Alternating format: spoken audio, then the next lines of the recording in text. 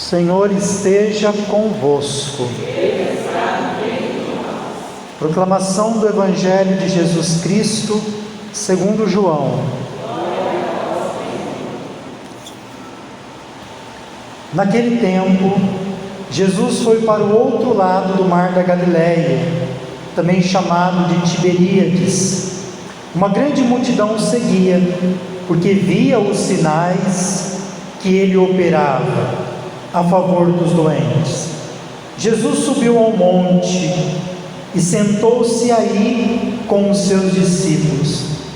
Estava próxima a Páscoa, a festa dos judeus. Levantando os olhos e vendo que uma grande multidão estava vindo ao seu encontro, Jesus disse a Filipe: onde vamos comprar pão para que eles possam comer? Disse isso para pô-lo à prova, pois ele mesmo sabia muito bem o que ia fazer.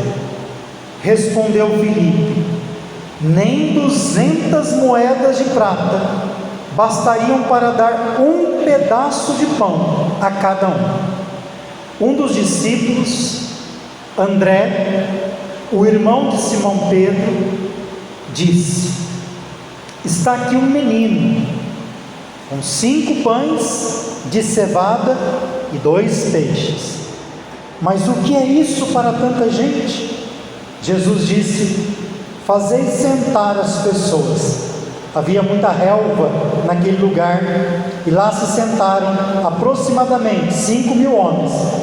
Jesus tomou os pães, deu graças, distribuiu-os aos que estavam sentados, tanto quanto queriam, e fez o mesmo com os peixes. Quando todos ficaram satisfeitos, Jesus disse aos discípulos: recolhei os pedaços que sobraram, para que nada se perca. Recolheram os pedaços e encheram 12 cestos com a sobra dos 5 pães, deixadas pelos que haviam comido. Vendo o sinal que Jesus tinha realizado, aqueles homens exclamavam: este é verdadeiramente o profeta, aquele que deve vir ao mundo. Mas quando notou que estavam querendo levá-lo para proclamá-lo rei, Jesus retirou-se de novo, sozinho, para o monte. Palavra da salvação.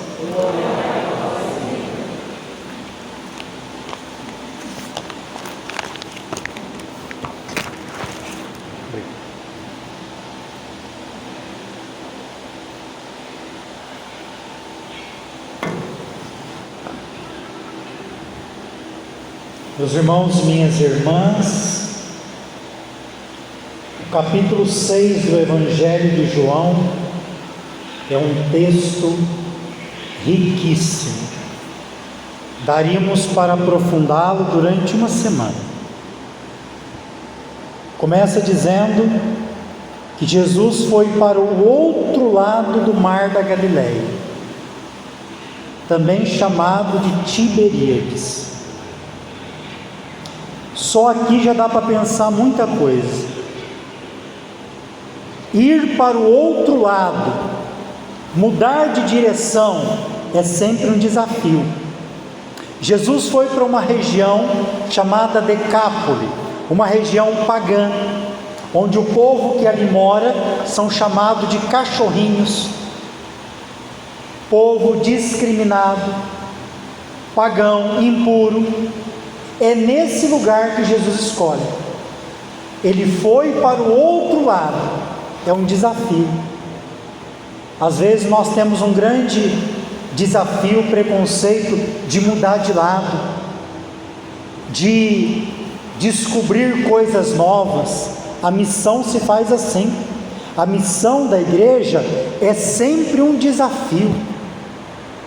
Mudar de lado, avançar, conhecer coisas novas, lidar com o diferente. Jesus não tem medo de nada disso, por isso ele muda de lado, ele vai para o outro lado do mar da Galileia. Ali havia uma grande multidão que seguia Jesus. Provavelmente essas pessoas ainda não são convertidos, são pessoas com limites, como cada um de nós, porque a conversão é um processo. Muito provável que elas estavam ali porque viam os sinais, os milagres que Jesus fazia, e isso normalmente atrai as pessoas. E Jesus sempre vai mostrar que o caminho não é esse. Pode ser num primeiro momento uma atração, mas não é para isso que Jesus quer seguidores. Então muitos ali estão pelo espetáculo, pelo milagre, porque aquilo chama atenção aos olhos. Jesus ele subiu então ao monte. Nós já refletimos isso várias vezes, né? O monte é o lugar do encontro com Deus, é o lugar da oração, e ali ele se sentou junto com os discípulos. Era próximo à festa da Páscoa. Parece uma contradição com tudo que vai vir de precário agora, porque a festa da Páscoa é uma festa de abundância. Se come cordeiro, come-se pães ázimos para fazer memória daquela passagem. Então é uma festa de abundância. Não é isso que nós vamos ver daqui a pouco. Jesus então, levantando os olhos, vendo uma grande multidão que estava vindo ao seu encontro, ele vai dizer algo para Filipe. Parece redundante, né? Quem levanta os olhos é para ver. Jesus levantou os olhos e viu a multidão. Muitos de nós não gostamos de levantar os olhos. Às vezes nem é bom fazer isso, porque levantar os olhos tem a ver com comprometer-se, e ninguém gosta muito de comprometer-se. Levantar os olhos significa você arriscar a vida, se envolver com as situações que se apresentam. Quando você levanta os olhos, é muito perigoso, às vezes é bom fechar, porque você pode levantar os olhos e ver uma situação de injustiça, e o que você vai fazer? Porque você viu. Levantar os olhos, você pode ver uma situação de pobreza, o que você vai fazer? Levantar os olhos, você pode ver muita coisa. Jesus levantou os olhos e viu que ali tinha uma multidão, e que não era uma multidão qualquer, era uma multidão que provavelmente, se fosse embora para casa, iria caminhar muito tempo, não teria o que comer, uma multidão de pessoas sedentas, talvez de cura, de uma palavra. E ele diz assim para Filipe: nós não vamos aprofundar hoje, mas se fosse para aprofundar, nós íamos aprofundar o que significa Filipe, o que significa Andrés, e o que significa em grego a palavra menino. Tudo isso você depois pode pesquisar. Jesus diz para Filipe assim: esta é uma pergunta existencial. Nós não podemos passar a nossa vida sem responder as perguntas existenciais. Essa é para Filipe. Onde vamos comprar pão para que eles possam comer? Jesus está fazendo essa pergunta para nós hoje. Filipe aqui representa todos nós. Diz o Evangelho que Jesus sabia muito bem o que ia fazer, Filipe não. A pergunta é existencial: onde? Qual o caminho que nós vamos tomar para ajudar Jesus a construir um mundo melhor? onde nós vamos encontrar caminho de justiça? Onde nós vamos comprar pão para alimentar essa gente?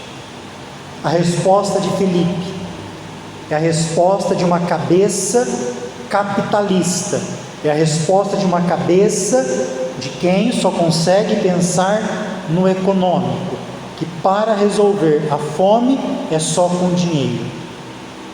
E Jesus vai dizer que não. Jesus, ele resolve com outros meios, sem dinheiro. Você pode interpretar com várias palavras: partilha, solidariedade, repartir-se o que tem, e assim por diante. A resposta de Filipe, Jesus fez a pergunta para colocá-lo à prova, e a resposta talvez que muitos de nós aqui daríamos: Jesus, nem 200 moedas de prata daria para comprar um pedacinho de pão para cada um. E o Senhor está querendo que a gente pense para alimentar a multidão? Nem 200 moedas de prata daria. Um dos discípulos, chamado André, esse nome tem uma profundeza, Andrés, é o irmão de Pedro.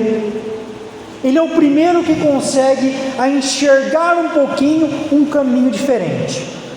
Ele diz para Jesus assim: olha, eu não sei como resolver o problema, mas Jesus gosta de pessoas que pelo menos tomem iniciativa. Tem um menino aqui, esse menino aqui, o que ele tem é 5 pães e 2 peixes. Talvez André estava dizendo assim: olha, o que nós temos é isso, é muito pouco, mas é o que nós temos. A gente pode pensar em várias referências bíblicas, né? Os 5 aqui pode ter a ver com a Torá, as 5 leis, livro da lei. E você sabe que 5 pães mais 2 peixes dá 7, e 7 na Bíblia significa perfeição.